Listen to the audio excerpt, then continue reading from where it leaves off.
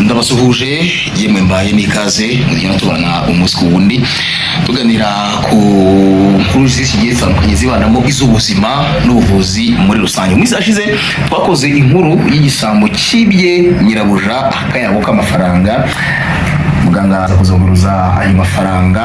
Yemwe no muvye yishima ati wakoze cyane muganga Matovu, uyu munsi wahamagaye ati dushaka kujyana kwa muganga Matovu, turi kumwe n'icya gisambo cyagibye. Burya ni umusore mwiza kandi ushima Imana uko bigaragarira amaso, nubwo yo kamwe n'ingeso yo kwiba ariko sinzi niko bikimeze. Ndabakiriye kuri chaîne yacu muri rusange. Umuvyeyi urabura amahoro ko mbona sinsuri dakeye neza urafite n'ibindi bibazo? Nta bibazo mfite. Yego, impamvu mbahaye ikaze nuko twakiriwe kwa muganga Matovu muri rusange. Umusore nawe urahura amahoro? Meruka ni Eric ya ni Claude. Muganga nawe ndakwakiriye kuri chaîne ya YouTube, wanyakiriye mu rugo iwawe. Nanjye murakoze, ndabashimiye kuba mwitabiriye ubutumire twabahaye.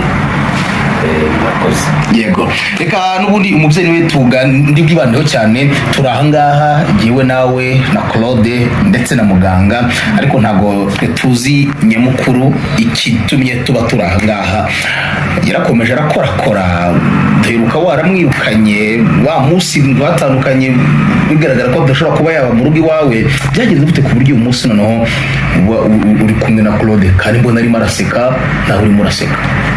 Claude nyuma yaje kugaruka nsaba imbabazi ndamubabarira, ambwira ko atazongera kubera ko ngo atarazi ko ari bufatwe. Rero aza kugaruka nsabye imbabazi, ansaba nuko twazajya kwa muganga aho nari nagiye. Arambwira ati mabusha ndagusabye ufashe tujyeyo.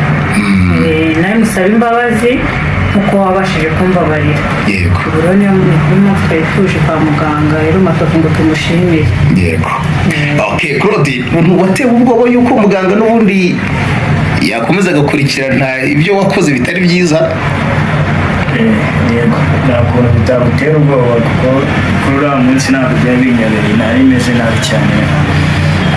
Nari ndi kuribwa cyane hafi yo gupfa, ahubwo amahirwe wenda nuko muganga ari umuntu w'umunyempuhwe, we avura atatica, naho ubundi numvishe ntabwo byari byoroshye kabisa. Kuki wumvishe ko ugomba kuza kuri wa muganga? Nta bwoba bw'uko ari ukundi kuntu byagenda bitari sawa? Impamvu nyine ni uko nabonye ko buriya habaho imbaraga cyangwa se ubushobozi, aribo ubushobozi bundi buba butagaragarira amaso y'abantu. Yego, kubera ko ngiye ari amafaranga amahuje nayo nabonye ikintu cyane kuba nayatwara ari amafaranga, yari amafaranga menshi pe. Nawe uri umuntu wenda bijyanye n'ubuzima umuntu aba arimo muri iki gihe, umuntu akishakisha amafaranga yashobora kuguhindura ubuzima. yego, Ikintu cyatumye rero ntekereza kuba nareba amahuje ni uko nabonaga ko nagenda akamenya ubuzima, ava kwa mahuje nyine nanjye nkabasha gukora ubuzima bwanjye ku giti cyane. ubu se warabukoze cyangwa n'ubundi aracyakureberera inyungu zawe nk'umubyeyi? Aracyandeberera inyungu zanjye nyine, ni ukubera ntabwo nyine byamiriye, kubera ko muganga Matovu yabashije kumufasha. Mahuje nyine iyo ataza kumenya muganga Matovu ubu wenda biba bimeze ukundi ko ntabwo ari kubasha kumfata. Nari nagiye, ariko kuba umuntu wamurangiye muganga Matovu akajya kumureba akamfatisha nyine, nabonye ko bishoboka. Niyo mpamvu Mahuje ubusanzwe ntabwo yarasanzwe nzi ingeso zo gukorakora, ni ukuri udufaranga ducyuni ntabwo nyine dutwara ubwo kugashyitsi. Yego, ubwo durukana uri umusore w'ukwizihirwa, waguze amayoga, baduhaye buhamya rumo n'umudamu niba utari wamuguriye sinzi, we bashaka ko ufite ikibazo cyo kutamuguriye, arimo aragutuka no kubabyeyi iti iki ngiki ubundi byagenze uku nuko wari ufite menshi yo gusesagura, cyangwa n'ubwo wari igisambo ariko umutima mwiza n'ubundi wari ukurimo?